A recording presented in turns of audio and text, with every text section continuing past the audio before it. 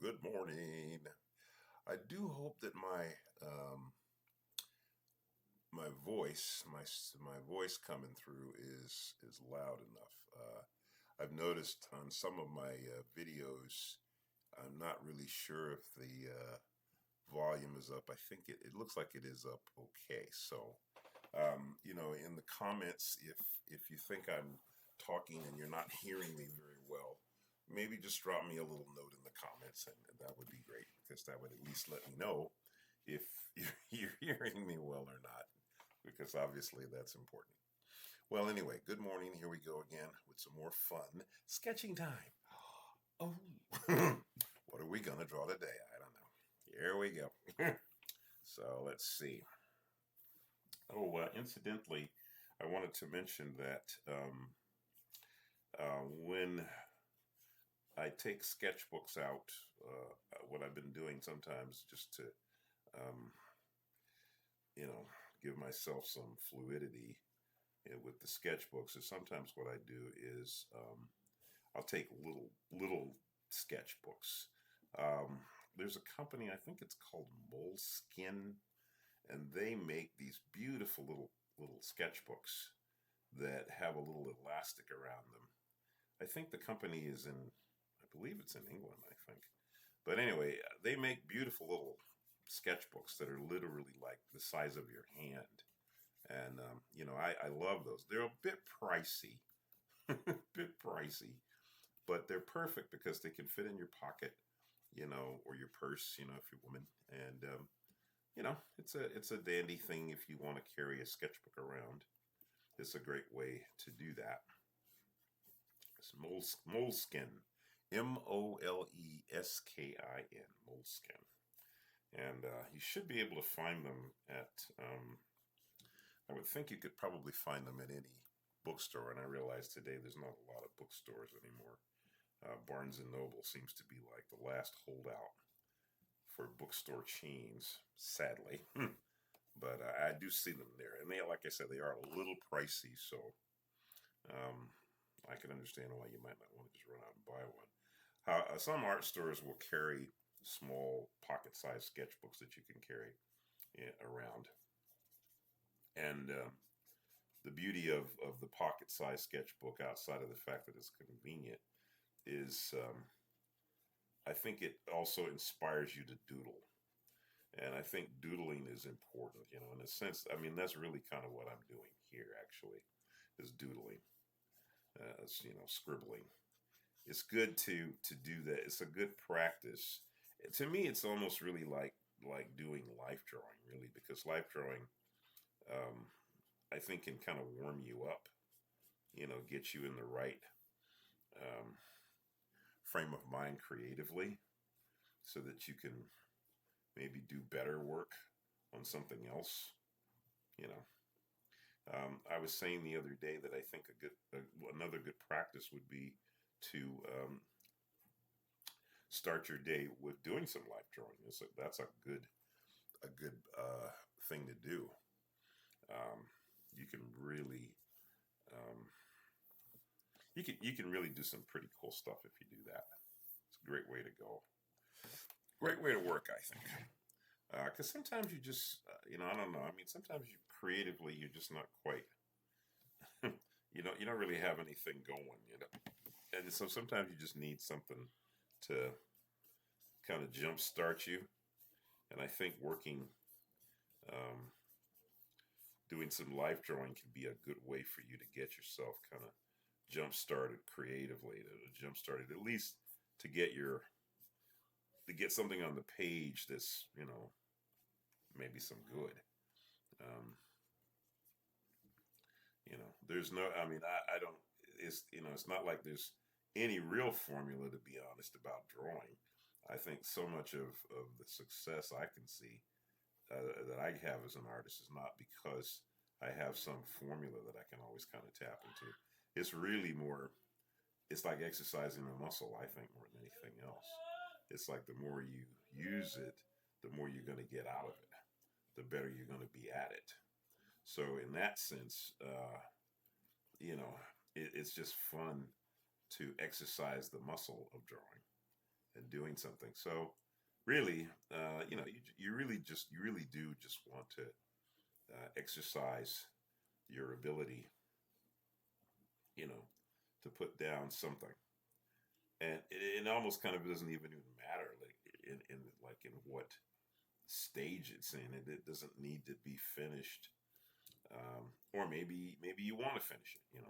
I mean, there's all sorts of feelings you have about being an artist that you want to put in or you want to include, but sometimes you just need to get something out of you, creatively. So whatever that means.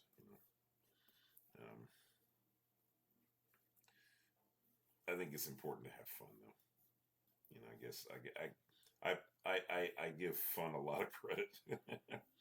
um, I find that it's a good, for me. It's a good motivator if I'm having fun, if I'm enjoying myself with what I'm doing. That to me is a big deal.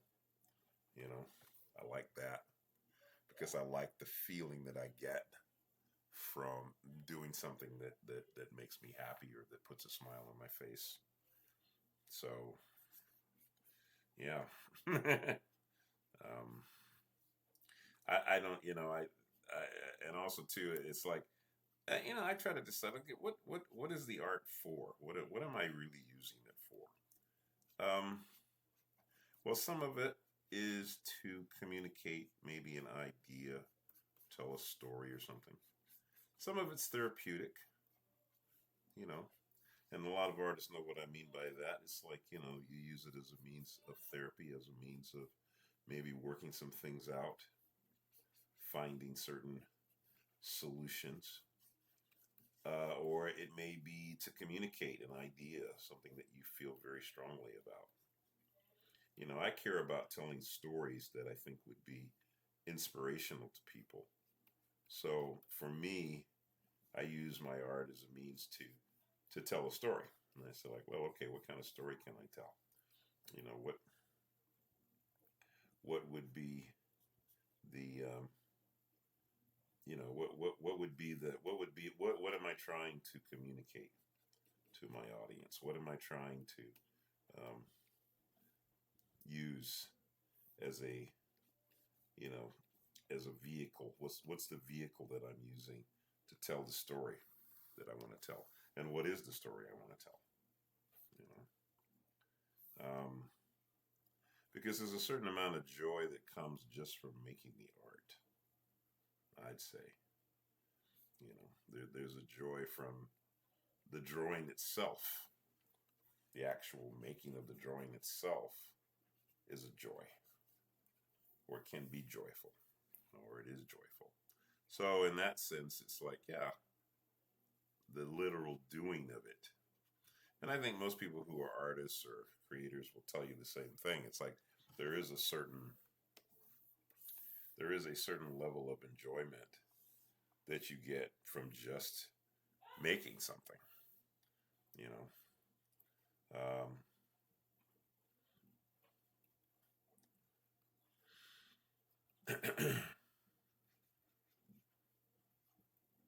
I know there is for me anyway. But sometimes it's just the literal creation, the literal effect of making something. How does just making something make you feel as an artist? How do you navigate that in life? What's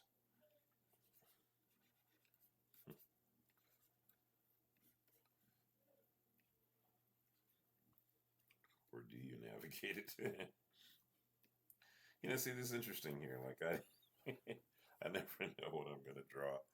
And I was just thinking as I'm doing this drawing, I didn't really see uh, what I was doing by drawing this the way I did it.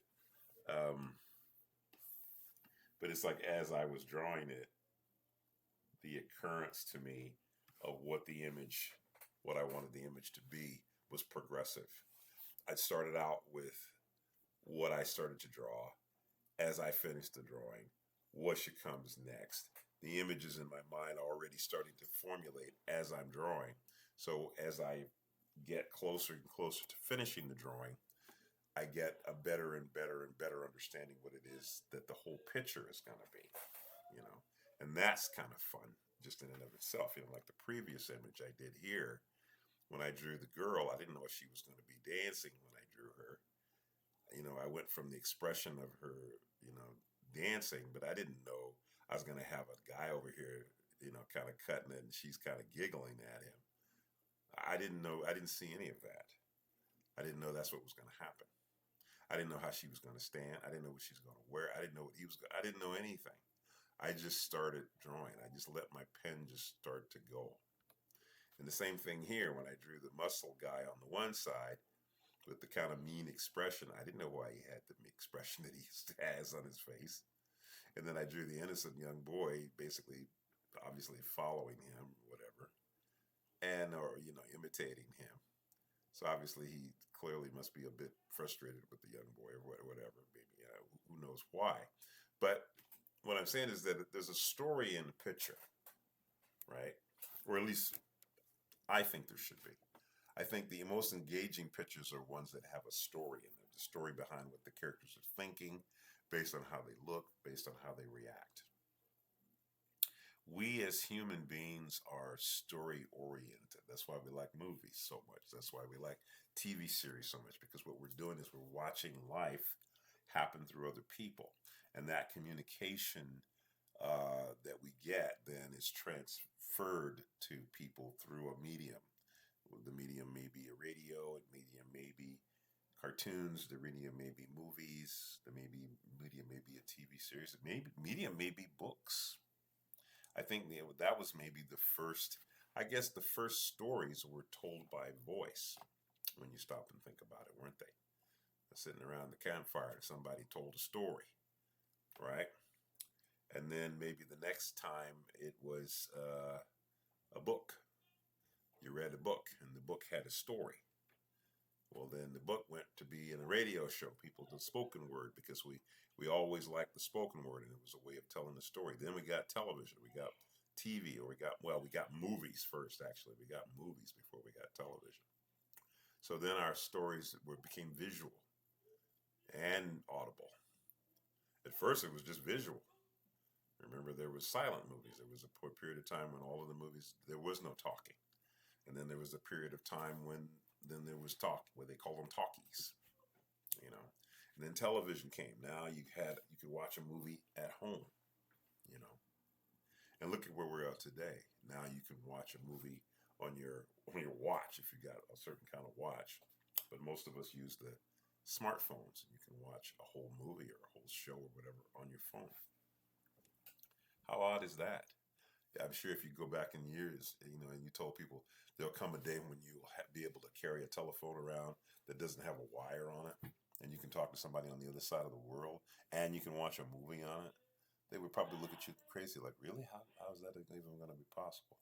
Where are we going to be next? You know, what is it? Elon Musk is talking about putting a neural link in your brain so that probably you blink a couple of times and you can watch a movie. I don't know. I'm not going to be surprised if that happens now, because it sounds fantastic, but we've already had a lot of things happen that are fantastic. However, the human experience is expressed through human ways. Sometimes we use technology, but it's the things that we do physically.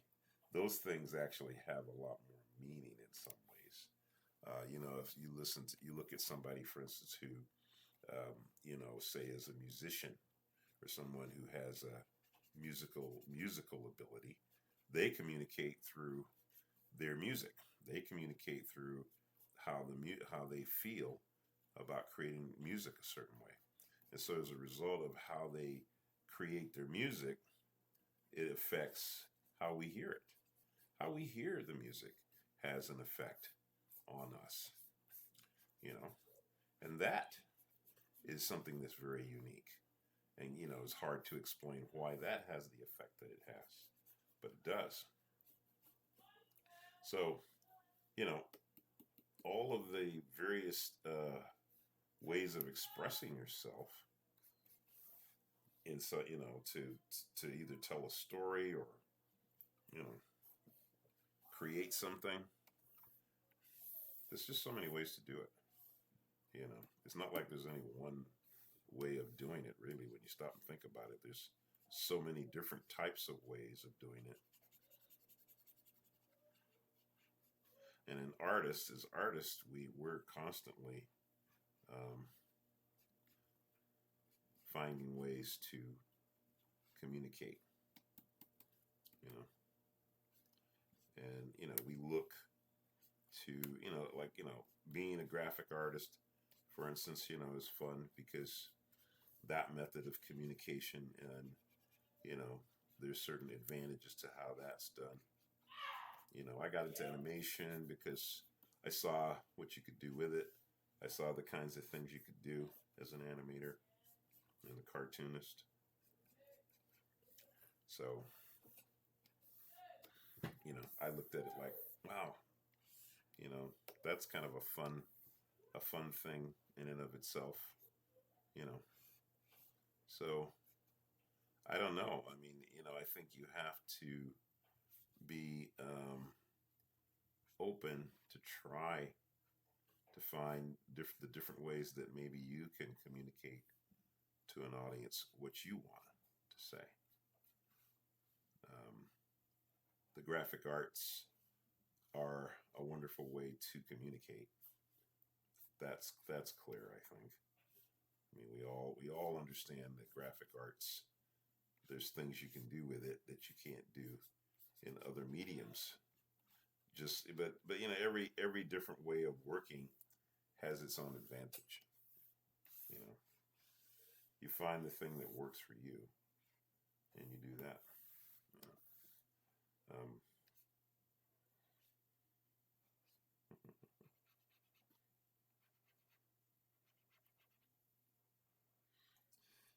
You find, I guess, the thing that is the most expressive way for you to work. You know,